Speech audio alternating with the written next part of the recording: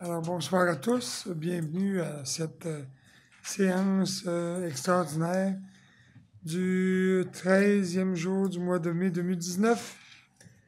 Alors, je demanderais, s'il vous plaît, une proposition pour l'ouverture de la séance. Proposé, mais. M. Yvan Côté, appuyé par M. Richard Perron.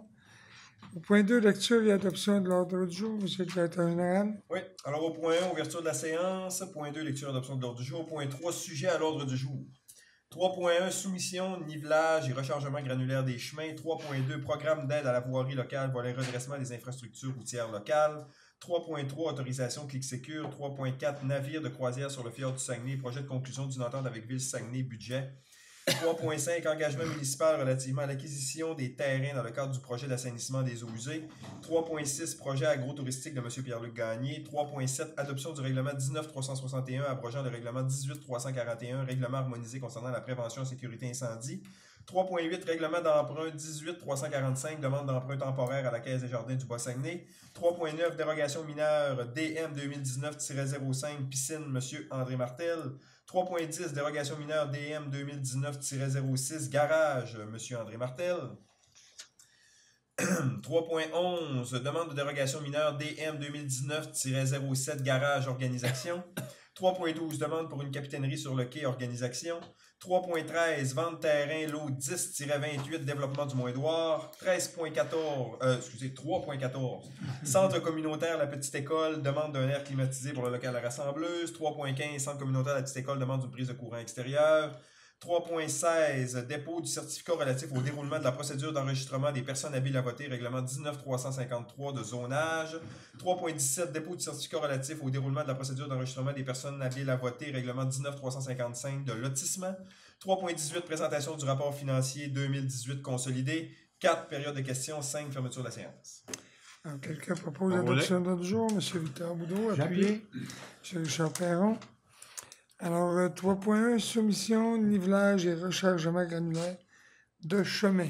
Monsieur le directeur général. Oui, alors on vise principalement là, les chemins qui ne sont pas asphaltés. On est allé en appel d'offres. On a trouvé deux soumissionnaires là, qui étaient intéressés à bider là, sur le contrat.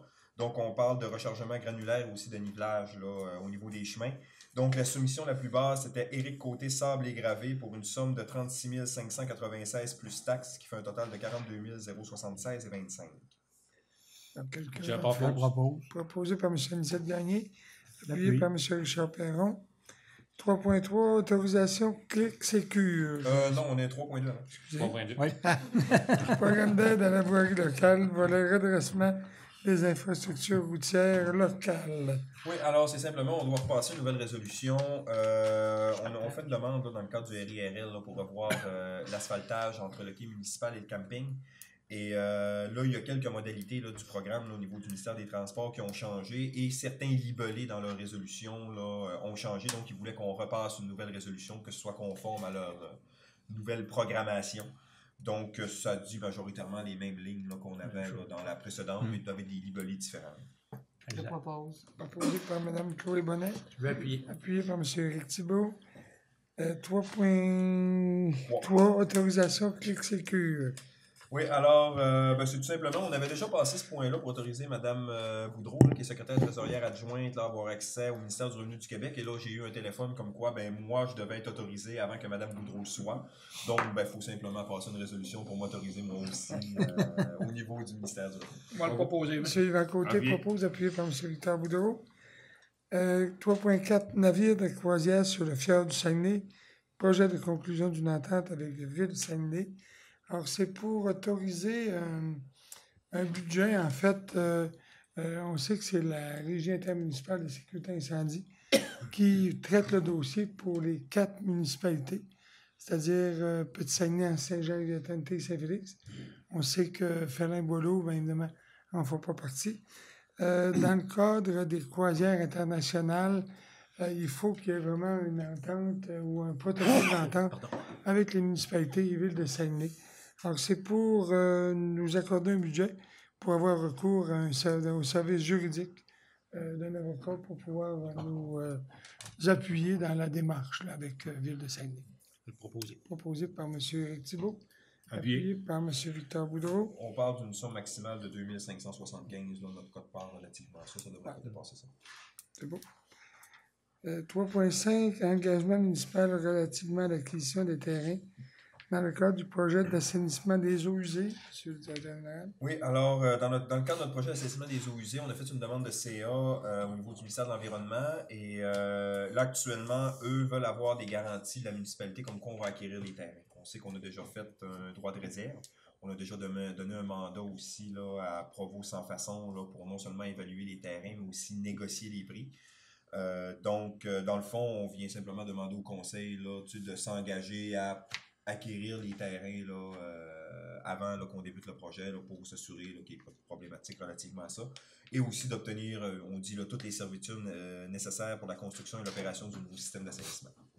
Je le propose. Proposé par Mme Chloé Bonnette, appuyé par M. Richard Perron. Excusez. 3.6, projet agro-touristique de M. Pierre-Luc Gagné, M. le directeur général. Oui, alors on a eu le dépôt d'un plan d'aménagement de M. Pierre-Luc Gagné.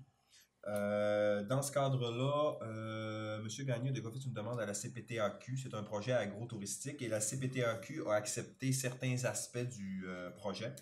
Donc, par la suite, ça a été déposé au comité consultatif d'urbanisme. Eux ont analysé la situation et ont recommandé d'aller avec la réponse là, de ce que la CPTAQ a demandé. Donc, ce qu'on conseillait, c'est d'y aller exactement avec ce qui avait été proposé. Si je voulais un petit peu la résolution, on dit, considérant le dépôt du plan d'aménagement de M. Pierre-Luc Gagné relativement à son développement agro-touristique, considérant que suite à l'étude du plan par le comité consultatif d'urbanisme, ceux-ci déposent une recommandation positive à l'égard du projet. Considérant que le comité consultatif d'urbanisme calque ses recommandations sur celles de la CPTAQ, il est proposé et résolu que le Conseil accepte les ouvrages signifiés dans la réponse de la CPTAQ, soit 12 pavillons d'hébergement d'au plus 30 mètres carrés chacun, sentiers totalisant 7560 mètres carrés, 3 mètres de largeur par environ 2,5 km de longueur, poste d'accueil et un stationnement 1000 mètres carrés, visite à la ferme de production maraîchère et animale 5000 mètres carrés, et que cette résolution n'exempte pas M. Gagné de devoir faire une demande de permis pour chacun de ces ouvrages en concordance et respect de la réglementation municipale en vigueur, la municipalité se réservant le droit de refuser certains ouvrages spécifiques ou demander des correctifs advenant un non-respect de la réglementation ou un risque pour la sécurité des citoyens. Est-ce qu'on devrait ajouter aussi que ce plan-là devrait être réalisé sur une période de 5 ans? Oui, ils sont déjà mentionnés. C'est mentionné. C'est déjà écrit. Dans la résolution. Dans la résolution... L'ancienne résolution, c'était Parce que là, 2018, pour une période de 5 ans. Pour une période de 5 ans. Mais celle que je On va l'ajouter. Non, c'est pas marqué. On va l'ajouter. On va l'ajouter. Je vais le proposer. Proposé par M. Éric Thibault. Appuyé par M. Anicet Gagné. 3.7, adoption du règlement 19.361, abrogeant le règlement 18.341, règlement harmonisé concernant la prévention en sécurité incendie, M. le directeur général. Oui, alors on avait déjà passé l'avis de motion, le dépôt du projet de règlement. Il n'y a pas de changement entre le dépôt du projet et le dépôt du règlement. Pour rappel, c'est que ça va permettre à la MRC là, qui s'occupe là, des niveaux 2 et des niveaux 3 de risque, donc le commercial et l'industriel, de non seulement faire les visites de prévention, mais d'aller jusqu'au bout et même aller jusqu'à l'infraction là, au niveau là, des propriétaires qui sont récalcitrants. Je propose. M. Richard Perron, appuyé par M. Victor Boudreau. 3.8, règlement d'emprunt 18.345, demande d'emprunt temporaire à la Caisse des Jardins. Oui, alors on avait fait un règlement d'emprunt dans le cadre du projet du Mont-Édouard de 2,4 millions. Donc la part de la municipalité était de 400 000. Et là, les travaux vont commencer. Donc on voulait là, faire une demande d'emprunt temporaire là, pour fournir là, certaines liquidités là, au début des travaux.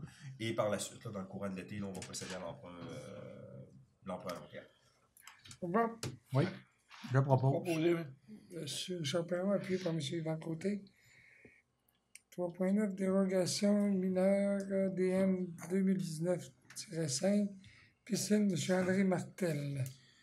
Oui, alors, dans le fond, M. Martel veut construire une piscine. D'habitude, la distance avec la bande de protection riveraine est de 10 mètres.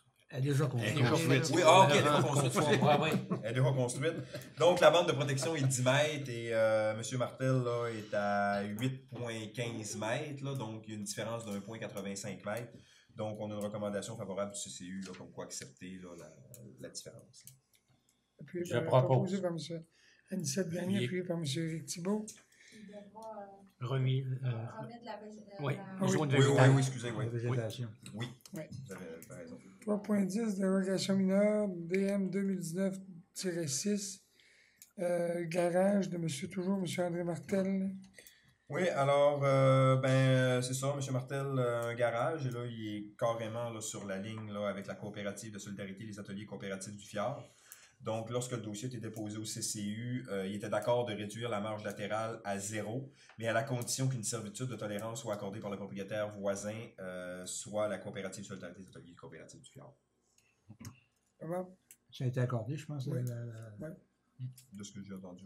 Oui. M. Yvan Côté a proposé, appuyé par Appui. M. Victor Boudreau. 3.11, demande de 3.12, pardon. Demande pour une capitainerie sur le quai. Non, organisation. on a une autre demande de dérogation 3.11. Je sais pas, On est fatigué. c'est un garage. C'est pour un garage. Déjà construit. Déjà construit. Non, à non, construire. à À construire. À construire. Non, On parle d'André Martel? Non. Organisation. Organisation. Ok, Excusez-moi. On a une demande de dérogation mineure pour organisation. Donc, eux, ils veulent un garage là, sur leur terrain. Et dans le fond, Sur le à terrain, cause des c'est marches. sur la route 170. Hein? Oui, c'est ça, sur la route 170. Et dans le fond, auparavant, dans l'ancienne réglementation, c'était de 0,6 mètres. Donc, c'est la distance actuellement au niveau du garage. Donc, ça aurait été accepté. Mais comme actuellement, on est en processus pour une nouvelle réglementation et maintenant, on doit utiliser les marges commerciales. Les marges commerciales sont de 2 mètres et 7 mètres pour un garage. Donc, il y avait une recommandation favorable du CCU là, pour approuver là, le 0,6 mètres qui était conforme à l'ancienne réglementation. C'est ça. Au revoir. Oui. Je propose M. Éric Thibault, appuyé par M. Yvan Côté. 3.12, donc demande pour une capitainerie sur le quai, toujours par organisation. Oui, alors dans le fond, on a eu deux demandes. On a eu une demande là, pour une capitainerie sur le quai là, qui ressemblera un petit peu à une remise là, pour storer des équipements. On parle là, d'un minimum de 8 pieds par 10 pieds, ce qui est demandé.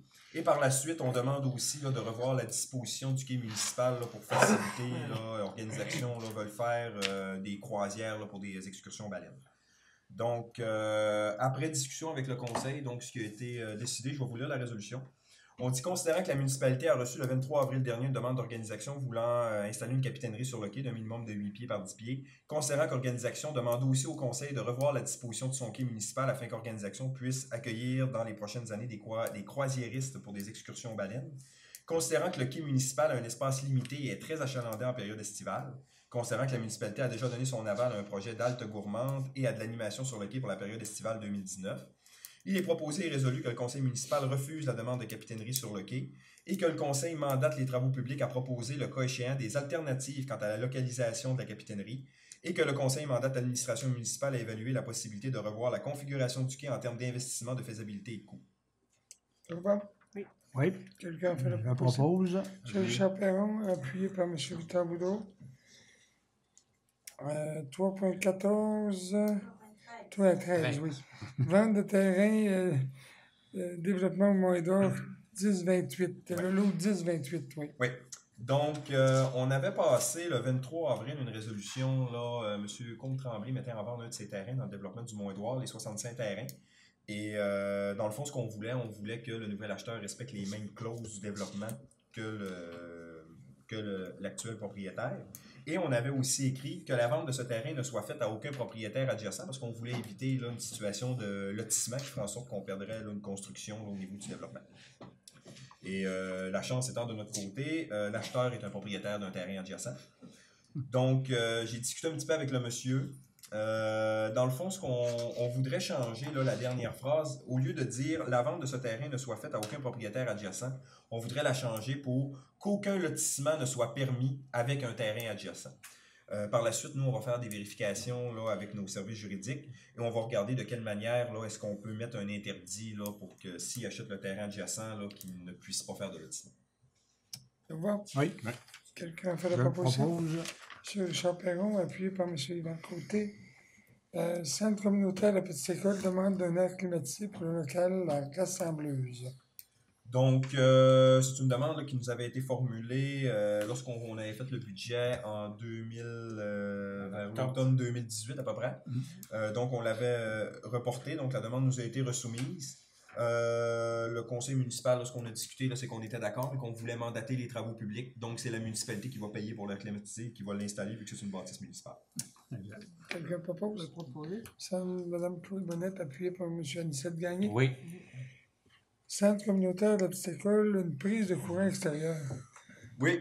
Alors, ça, on aurait pu l'envoyer directement aux travaux publics. Là. C'est simplement, là, vous vous souvenez, on a parlé là, du projet de frigo communautaire. Là, donc, c'est regardé au niveau des installations de la bâtisse là, pour rendre tout possible.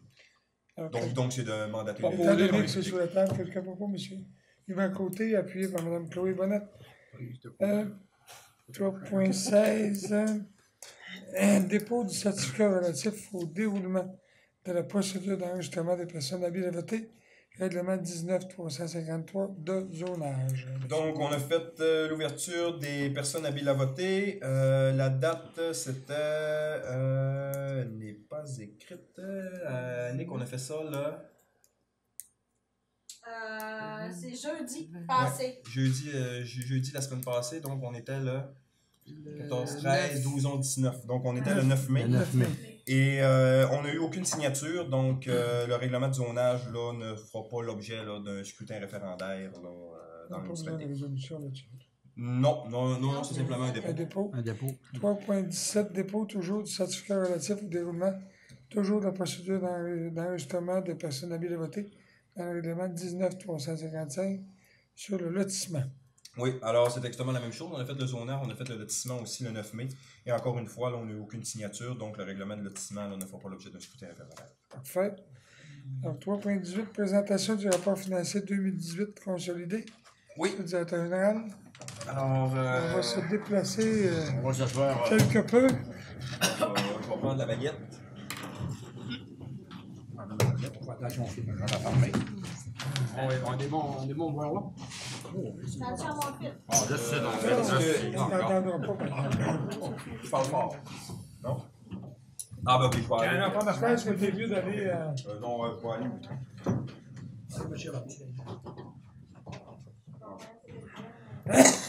Parfait, on a du son.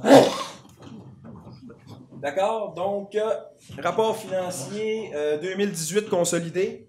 Pourquoi consolidé? Qu'est-ce qu'on a là-dedans? Ben, dans le fond, on a la municipalité de L'Anse-Saint-Jean, on a la Société de développement économique, la portion développement économique, on a la Société de développement économique Le Mont-Édouard, on a le camping de Lens, on a le centre communautaire La Petite École et on a aussi là, la régie intermunicipale de sécurité incendie du Fjord dans laquelle on a une quote-part de 32%. Donc, c'est majoritairement ce qu'on a. Par la suite, ce qu'on va faire là, lors de la présentation, là, je vais me concentrer davantage sur tout ce qui touche l'administration municipale parce que c'est ce qui est sous notre gestion directe. Au niveau des organismes, parfois, les fins d'année sont différentes, notamment au niveau du Mont-Édouard. J'invite la population, s'ils veulent avoir plus d'informations, soit à venir me voir directement, ou bien non, à venir aux AGA là, de chacun des organismes là, distincts. Là, ils vont avoir davantage d'informations sur chacune des activités. Donc, on va quand même les regarder, mais on va les regarder plus grossièrement. On a notre rapport d'auditeur. Donc, le rapport d'auditeur est similaire à l'ensemble des autres années. Donc, on a une opinion avec réserve. Donc, ce qu'on vient de dire, c'est que, sauf le paragraphe du fondement de l'opinion avec réserve, les chiffres sont bons. Donc, qu'est-ce qu'on dit dans le fondement de l'opinion avec réserve? On vient dire qu'on a un organisme là, dans lequel il n'y a pas suivi d'audit de chiffres entre le 1er mai et le 31 décembre. Là, on vient parler du Mont-Édouard puis du développement économique. Parce que, dans le fond, la fin d'année du Mont-Édouard, c'est un 30 avril 2018.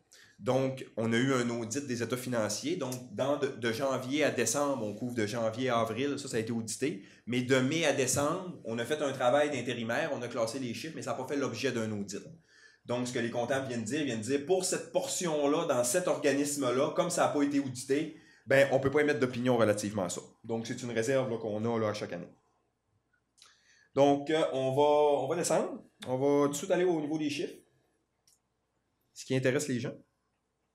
On va commencer avec l'état des résultats. Je ne sais pas si tu peux zoomer un petit peu. Tiens, contrôle. OK, parfait. Donc, si on regarde un peu les... Attention un petit peu par là, pour qu'on voit là, les titres. Là, ouais. Donc, ce qu'on peut voir au niveau des revenus de fonctionnement, là, on va aller, là, on a une colonne réalisation, administration municipale, ça c'est 2017, le budget 2018, administration municipale, c'est la troisième colonne, c'est ces chiffres-là que je suis en train de vous parler actuellement. Au niveau des taxes, 2 464 890. Là-dedans, ce qu'on a eu, on a eu des certificats de modification, on a eu des revenus additionnels là, pour un montant de 36 000. Puis on a aussi un ajustement sur les matières résiduelles là, au niveau du commercial, on a eu une rentrée de 13 000.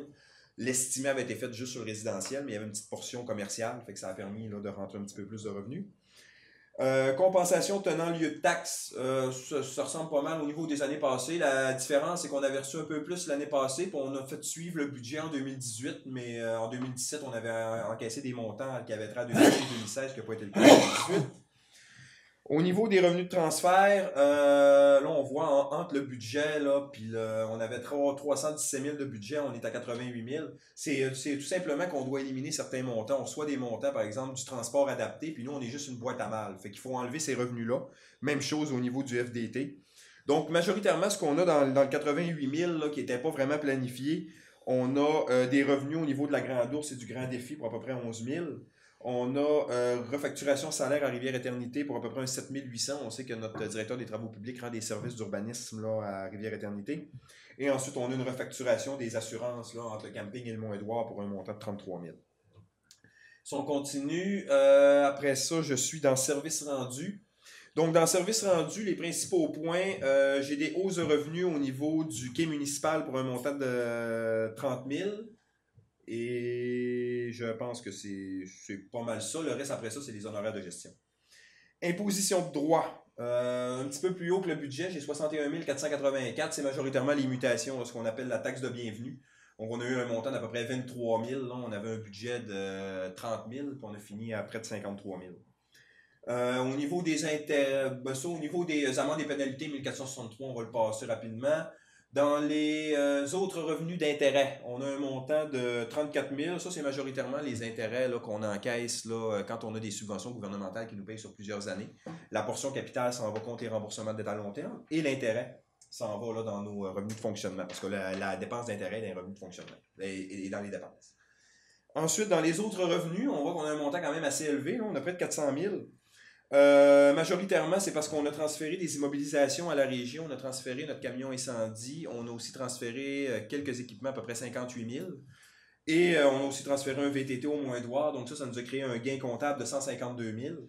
Après ça, on sait qu'on a aussi fait là, des appels d'offres là, en mars 2018 là, pour 3 terrains au Mont-Édouard là, qui sont vendus chacun là, un petit peu plus que 60 000, donc ça a fait des entrées de près de 200 000. C'est ce qui est majoritairement là, venu faire notre 400 000. Pour la petite portion investissement qui est plus bas, ça je vais la passer rapidement parce qu'on a un état qui va en parler, là, qui va plus le détailler. Si on va maintenant dans les charges, les dépenses, administration générale, on a eu 588 575. On a une hausse de nos honoraires juridiques relativement au budget de 11 000. Les frais comptables, un petit montant de 7 000. On a ensuite là, le contrat pour la diffusion des séances là, qui n'avait pas été budgété, là, un montant de 10 000. Et on a aussi les frais de PG Solutions, là, qui est notre fournisseur là, de logiciel comptable, un montant de 4 500. Pour la sécurité publique, on a une bonne hausse là, relativement au budget. C'est tout simplement que quand on a fait les transferts des camions et des équipements à la régie, il y avait une petite particularité comptable là, qui n'avait pas été considérée, qui fait en sorte là, qu'on s'est rajouté avec une dépense supplémentaire de 88 000. Là-dedans, on est en discussion présentement avec la régie là, pour récupérer un 60 000 là, qu'on considère que les municipalités ne se sont pas enrichies, ne se sont pas appauvries, donc on ne devrait pas subir une perte relativement à un gain pour d'autres municipalités. Donc, en 2019, on devrait avoir une rentrée extraordinaire de 60 000 cette situation-là a déjà été discutée à la régie, là, puis on a quand même une bonne collaboration, là, ça ne devrait pas coincer. Au niveau des dépenses de transport, ça s'est pas mal maintenu, je vous dirais. Là, il y a peut-être le budget de la signalisation là, qui a été un petit peu surévalué. Puis par la suite, là, j'ai éliminé une dépense de transport adapté là, parce qu'il faut éliminer les revenus et les dépenses de 133 000. C'est pour ça l'écart avec le budget. Mais majoritairement, ce qu'on a vraiment dépensé, là, pas beaucoup d'écart avec notre budget. Hygiène du milieu, 432 000. Là-dedans, on a eu un petit peu plus de salaire au niveau de l'eau potable. Lorsqu'on a eu le départ de notre directeur des travaux publics là, au mois d'août à peu près, là, on a eu une nouvelle... Donc, on a été à court d'une personne. Donc, on a fait affaire un petit peu là, à l'externe avec M. Robin Pelletier. parce que c'était Jérôme qui s'occupait un petit peu de l'aqueduc, fait que ça demandait un petit peu plus de salaire par rapport à ça. On a aussi une hausse là, dans les branchements au réseau d'aqueduc, donc on a 17 000 de hausse. Mais ça, c'est quand même une bonne nouvelle parce que ça veut dire que c'est des nouvelles habitations qui se branchent au réseau d'aqueduc, donc ça peut être aussi en lien là, avec nos mutations qu'on a vues tout à l'heure. On a une hausse du budget du centre de tri, un montant de 10 000. On a fait une économie d'un bac de récupération d'environ 10 000. On avait un budget de 10 000, mais on est déjà pas mal stocké au garage, donc on n'a pratiquement pas acheté de bac de récupération cette année. Donc ça nous a fait une économie de 10 000. Aménagement, urbanisme, santé et bien-être, on va le passer, c'est juste 7 359. Aménagement urbanisme, 497 603. Là-dedans, j'ai un petit peu plus d'honoraires professionnels, là, vu qu'on fait toute notre refonte des règlements d'urbanisme. Donc, ça nous a coûté un petit 5 000 de plus là, relativement à notre budget. On a fait faire une étude aussi pour la promenade des navigateurs qui nous a coûté un 12 000. On a les honoraires là, pour les ventes des 3 terrains. L'appel d'offres au Mont-Édouard. On a passé par un avocat, donc ça a coûté des frais de 10 000. On a eu des hausses au niveau de nos revenus d'essence tout à l'heure de 30 000. Donc, on a eu une hausse des dépenses de 20 000. Donc, au net, on a fait un 10 000. Et après ça, j'ai des hausses des dépenses de publicité là, pour un montant de 18 000, là, notamment un contrat là, qui avait été donné. Loisirs et culture, on a 1 944 306, c'est un gros montant.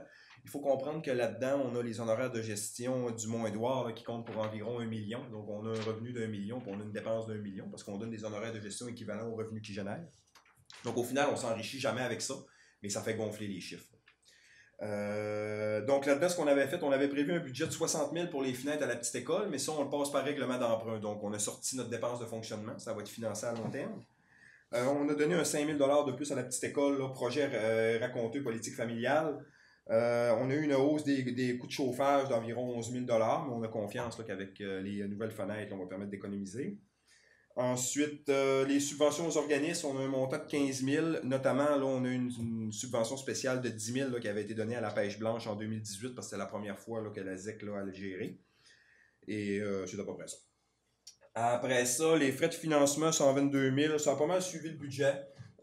Hausse des frais de marge de crédit, 15 000. Puis économie des intérêts sur la dette à long terme, environ 5 000. Et donc, ça nous donne un bénéfice comptable de 121 956. Ceci n'est pas le vrai chiffre, on va le voir à la prochaine page. On va juste se tasser un petit peu, puis on va regarder le consolidé très, très rapidement. On va regarder le total. Donc, dans mon total consolidé, on prend tous les organismes contrôlés. Donc, j'ai des revenus d'environ 4,3 millions. L'investissement, on va le regarder tout à l'heure. Et je me retrouve avec des dépenses de 4,5. Si on continue à descendre... Okay. Donc là, on est en train de faire une conciliation à des fins fiscales. Donc, ce qu'on est en train de faire, on est en train de prendre notre comptable, puis là, on est en train de faire des corrections pour se ramener à est-ce que le citoyen s'est enrichi ou il s'est appauvri dans ses poches avec les transactions qu'on a fait là. Donc, on commence avec notre 121 956 qu'on a vu tout à l'heure dans la troisième colonne. On enlève nos revenus d'investissement, comme je disais, on va le voir tout à l'heure là, dans un autre tableau. Donc, on tombe à déficit à 319 000. Et là, on a diverses opérations à faire. On doit éliminer l'amortissement, on doit éliminer les gains-pertes sur cession, on doit mettre le produit de cession au lieu du gain-perte. Donc, ça fait plusieurs petits ajustements pour 562 000. Par la suite, un peu plus bas, dans notre financement, on a des paiements de dette à long terme pour 373 000. C'est considéré comme une dépense à des fins municipales. Dans nos activités d'investissement, il nous manquait de l'argent pour 228 542. Donc, notre investissement est venu pomper ce montant-là dans notre fonctionnement. Ensuite, on a certaines affectations de réserves, majoritairement des réserves qu'on a sur certains règlements d'emprunt. Donc, on a certains bas de laine. Donc, quand on paye des règlements d'emprunt, on va chercher dans nos réserves, puis on vient les rentrer en revenus. Là. Donc, on a rentré pour à peu près 90 000. Et la dépense constatée à taxer ou à pourvoir, 294 000. Ça, on a fait un règlement d'emprunt de 400 000 pour aider le Mont-Édouard relativement à son projet de 2,4 millions. Et là, le Mont-Édouard, techniquement, aurait 294 000 de gagné. C'est un montant qui a été mis aux dépenses de fonctionnement. Et là, je viens le mettre en revenu parce qu'il va être financé par un règlement d'emprunt. Donc, l'impact s'annule. Et si j'arrive tout en bas, donc, le citoyen, en 2018, s'est enrichi au niveau de la municipalité de L'Anse-Saint-Jean pour un montant de 19 161. Et si on tasse un petit peu puis on regarde au niveau du consolidé, nos organismes contrôlés et le total consolidé, si on s'en va directement en bas, on va regarder le bas de ligne. Donc, nos organismes consolidés qui sont majoritairement constitués du Mont-Édouard, on s'entend. On parle d'un montant de 55 843. Je crois que le Mont-Édouard est à 50 000 là-dedans. Et si on additionne les deux montants, donc la municipalité, toute le périmètre comptable, on s'est enrichi de 75 000 $. On va continuer. Donc, on va aller dans nos dépenses d'investissement. Donc, tantôt, on disait qu'on allait voir un tableau, on avait tout parlé de notre investissement, il est là. Dans nos revenus de transfert. Donc, ici, j'ai un 441 106, deuxième colonne en haut. Tout en haut. Donc, là-dedans, qu'est-ce que j'ai? J'ai des revenus qui proviennent de la tech. Donc, j'ai fait des dépenses. Puis on sait que la tech là, nous paye des subventions. C'est à peu près à 80%. Là, donc, un montant de 62 000. Après ça, j'ai Primo avec l'assainissement des eaux. On sait qu'on a des subventions relativement à ça. Donc, quand on fait des dépenses, on constate aussi des subventions à recevoir pour 206 000. Réseau routier, on a eu 2 subventions au montant de 50 000. La borne de recharge électrique, 58 000. Les IMO qui sont payés à même le camping paye des immobilisations et nous les transfère, mais comme c'est le camping qui les a payés, c'est pas nous autres, ben c'est comme un revenu que le camping nous donne pour 21 000.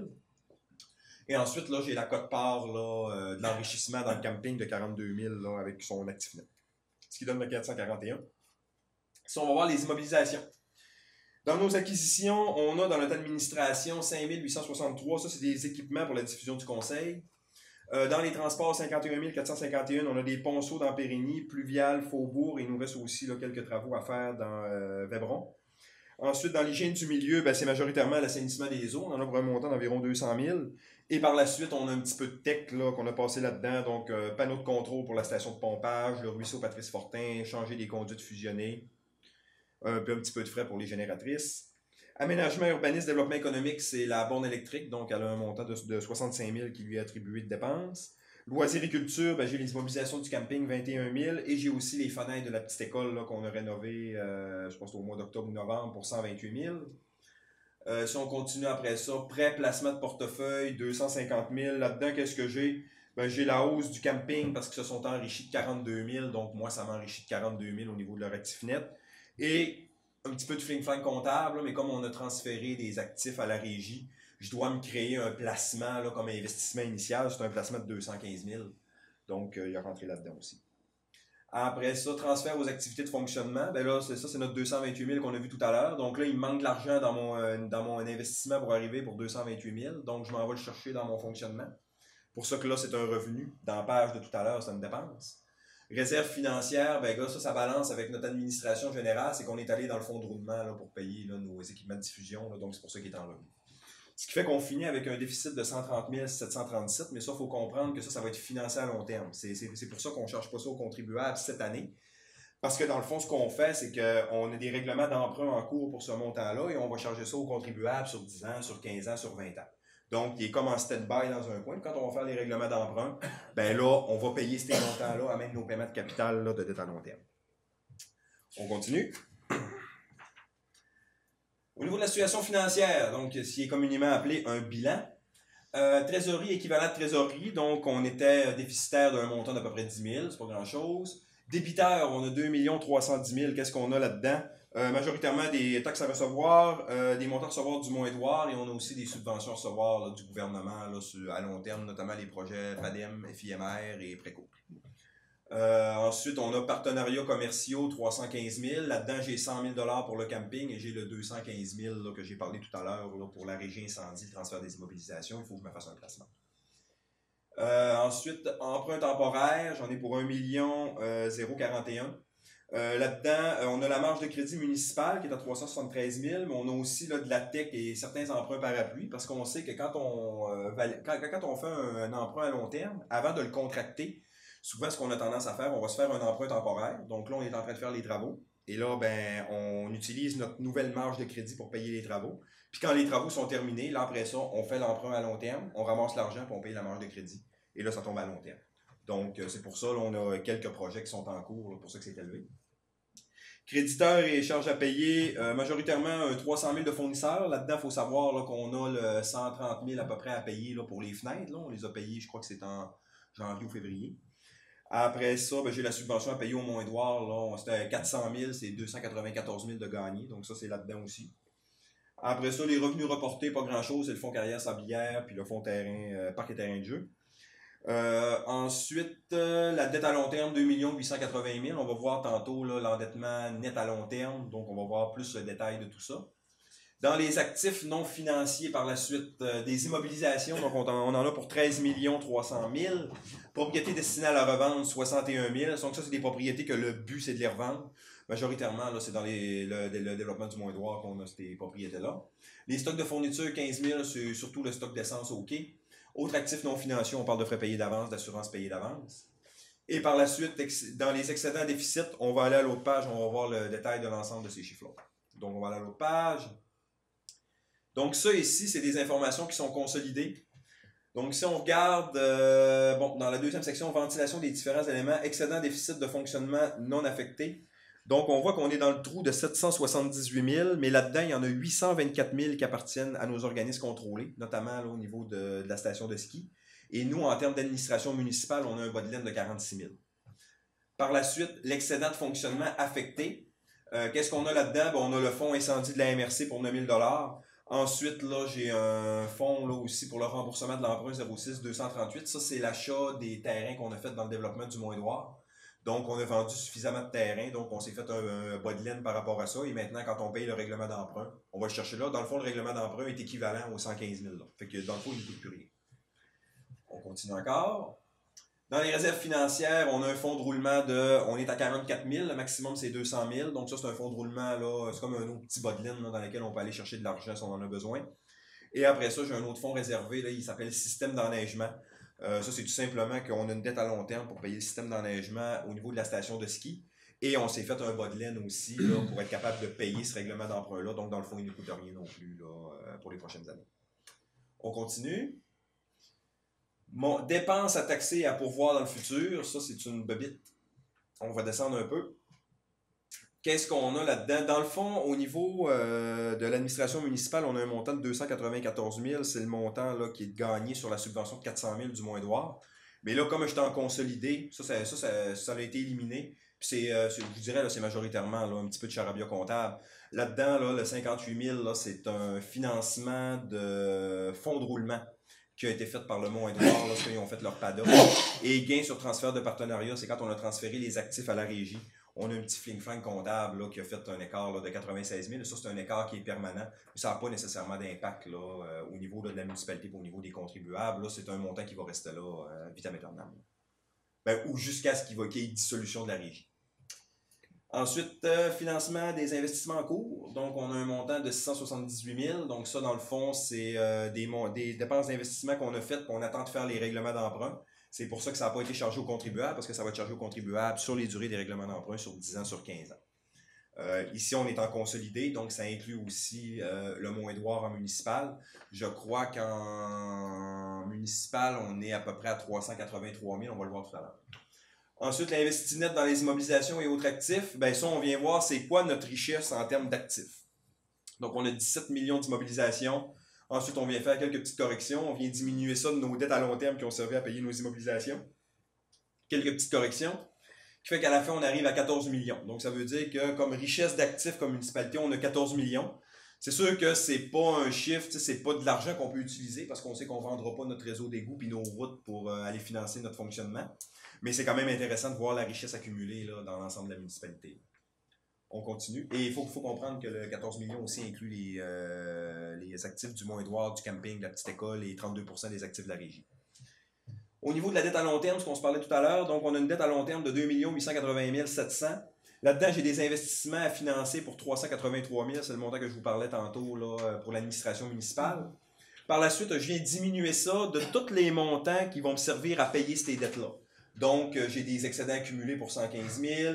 Le gouvernement, lui, va assumer pour 274 000 sur mes dettes qui me payent sur plusieurs années. Puis après ça, j'ai une réserve là, de règlement d'emprunt, 14 302, le système d'enneigement qu'on a vu tout à l'heure, 204. Ce qui fait qu'au net, mon endettement total net pour mon administration municipale, qui est majoritairement le chiffre le plus important dans le tableau, 2 669 727. Ça, c'est ce qui est affecté aux contribuables et c'est ce que les contribuables devront payer au niveau de la dette de la municipalité.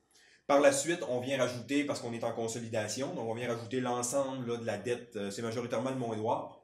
Donc 1 197 000, ça c'est le net de toutes les dettes, plus le moins les subventions à recevoir et tout ça.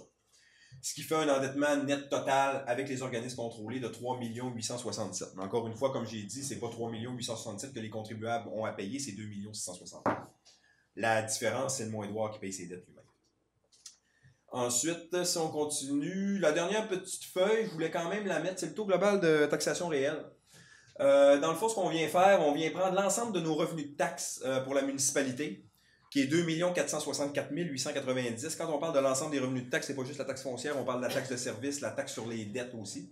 On vient faire quelques petits ajustements là, demandés par le ministère, qui fait 2 478 000 à la fin.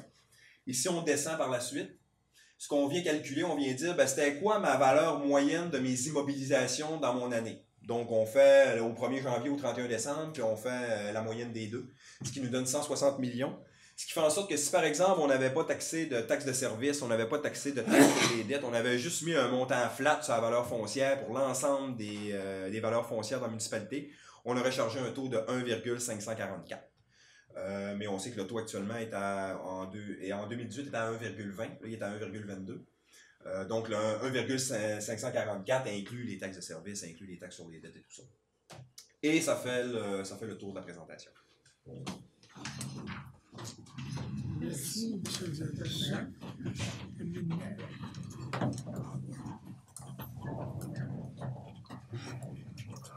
Voilà, alors c'est la présentation des états financiers. Alors, les chiffres à retenir, c'est que pour la municipalité, en fait, les résultats municipaux pour 2018, c'est 19 161. Donc, on s'est enrichi, ce qui fait qu'on a un bas de ligne d'environ 47 000. Là, exact. Si on ajoute aussi les organismes contrôlés qui ont réalisé un bénéfice aussi en 2018. De 55 000, on tombe à 75 000. Voilà. Alors, et c'est quand même une bonne nouvelle. Je vous dirais qu'au niveau du Mont-Édouard, on a eu des années qui étaient difficiles. Et cette année, quand j'ai regardé les chiffres de janvier à décembre, on est 50 000 de profit en municipal et on est 40 000 en comptable. Ce qui fait que c'est quand même des bonnes nouvelles, puis ça annonce bien là, pour le 30 avril 2019. Tout à fait. Alors, quelqu'un propose l'acceptation des états financiers? M. Richard Perron, appuyé par M. Anicet Gagné. On serait rendu à la période des questions du public. Oui. Vous vous nommez? Oui, bonjour. J'avais un commentaire. Premièrement, félicitations, parce que c'est la première fois que je vais les états financiers de l'Anse-Saint-Jean. Ça fait pas longtemps que je suis ici, ça fait juste 2 ans que je suis propriétaire, 2 ou 3 ans. Mais je trouve ça intéressant de voir les états financiers, que c'est intéressant, vous avez fait des beaux choix. J'ai 2 questions. La première, c'est concernant le point qu'on a passé par rapport à la capitainerie sur le... Si je comprends bien, les travaux publics vont se pencher sur le dossier pour nous accompagner à trouver un lieu, c'est ça? C'est ça, ils vont regarder là, différentes options avec vous parce que sur le quai, comme on dit, ça va être un peu difficile, il n'y a pas beaucoup d'espace. Actuellement, on a un projet de halte gourmande qu'on veut mettre en place. On veut aussi mettre un peu d'animation sur le quai parce que c'est un endroit qui est quand même achalandé. Puis, tu sais, on avait peur qu'à un moment donné, ça allait venir trop bourré. Là. Okay. On veut garder aussi un dégagement sur le quai parce qu'évidemment... Donc, j'imagine que, parce que s'il y a des choses à faire pour l'été, j'imagine que c'est quand même, ça s'en vient bientôt. Je ne sais pas si les travaux publics pourraient nous contacter assez rapidement pour qu'on regarde au moins si c'est faisable ou pas pour qu'on nous, on puisse avoir des alternatives. On va le transférer de dossier, c'est ceux qui vont travailler en collaboration avec vous. Regardez c'est quoi les différentes alternatives. Puis après ça, un coup que l'alternative va être trouvée, elle va être déposée au conseil. Puis après ça, le conseil décidera est-ce qu'on est d'accord avec cette alternative-là. Donc idéalement, effectivement, si on serait capable d'avoir une alternative, là, je pense que c'est le 3 juin, la prochaine régulière, ça serait intéressant. Ça nous donnerait du temps après ça pour faire les choses en conséquence. Parfait, ok, super. Autre point, je voulais vous féliciter parce qu'il y a beaucoup de bornes à Lanse-Saint-Jean, des bornes pour les voitures électriques. Par contre, il n'y en a pas sur la marina. Puis, dans le fond, je demande, comme ça, si c'est quelque chose qui est envisagé, ou peut-être pas pour 2019, bien sûr, mais peut-être pour 2020, prévoir une borne sur le quai, là, dans ce coin-là. Je pense que ce serait intéressant. Il y a énormément de gens. C'est sûr qu'il y en a qui sont bien stratégiques. Il y en a une qui est près d'ici, qui est, je ne sais pas stratégique, elle est stratégique quand même, mais elle est comme un peu, pas nécessairement dans les spots où est-ce qu'il y a plus de gens qui vont. Donc, peut-être que la prochaine, en tout cas, si jamais vous avez à réfléchir sur le quai, je pense que ce serait vraiment une demande qui serait très bien accueillie des touristes et des travailleurs. Ça a déjà été demandé. C'est une... Donc, je réitère la demande. À date, on est allé avec les sites prioritaires, puis ça fait partie d'un endroit où on veut éventuellement déployer une borne. Parfait. Merci beaucoup. Est-ce que je peux rajouter un petit peu? Oui. C'est tout simplement parce qu'on avait un programme qui était ouvert avec la MRC du Fjord pour permettre à chacune des municipalités, s'ils voulaient avoir une borne de recharge longue. Et nous, actuellement, ben, on a utilisé le budget pour la borne de recharge rapide parce qu'on avait aussi là, des coûts à assumer. Fait qu'on a utilisé cette enveloppe-là pour ça. Donc, ça va peut-être aussi être regardé. Est-ce que la MRC va être intéressée à renouveler son enveloppe pour les prochaines années? Dans ce cas-là, ben, effectivement, là, nous, on pourrait aller chercher un montant puis en installer une autre à un autre endroit, comme par exemple. Okay. Parfait, merci beaucoup. Plaisir. Est-ce qu'il y a des questions du public sur le web? Non, j'en ai aucune. Alors, pas de questions de public. Est-ce que quelqu'un propose de lever? Oui. M. Victor Boudreau. Alors, merci beaucoup. Bonne soirée à tous.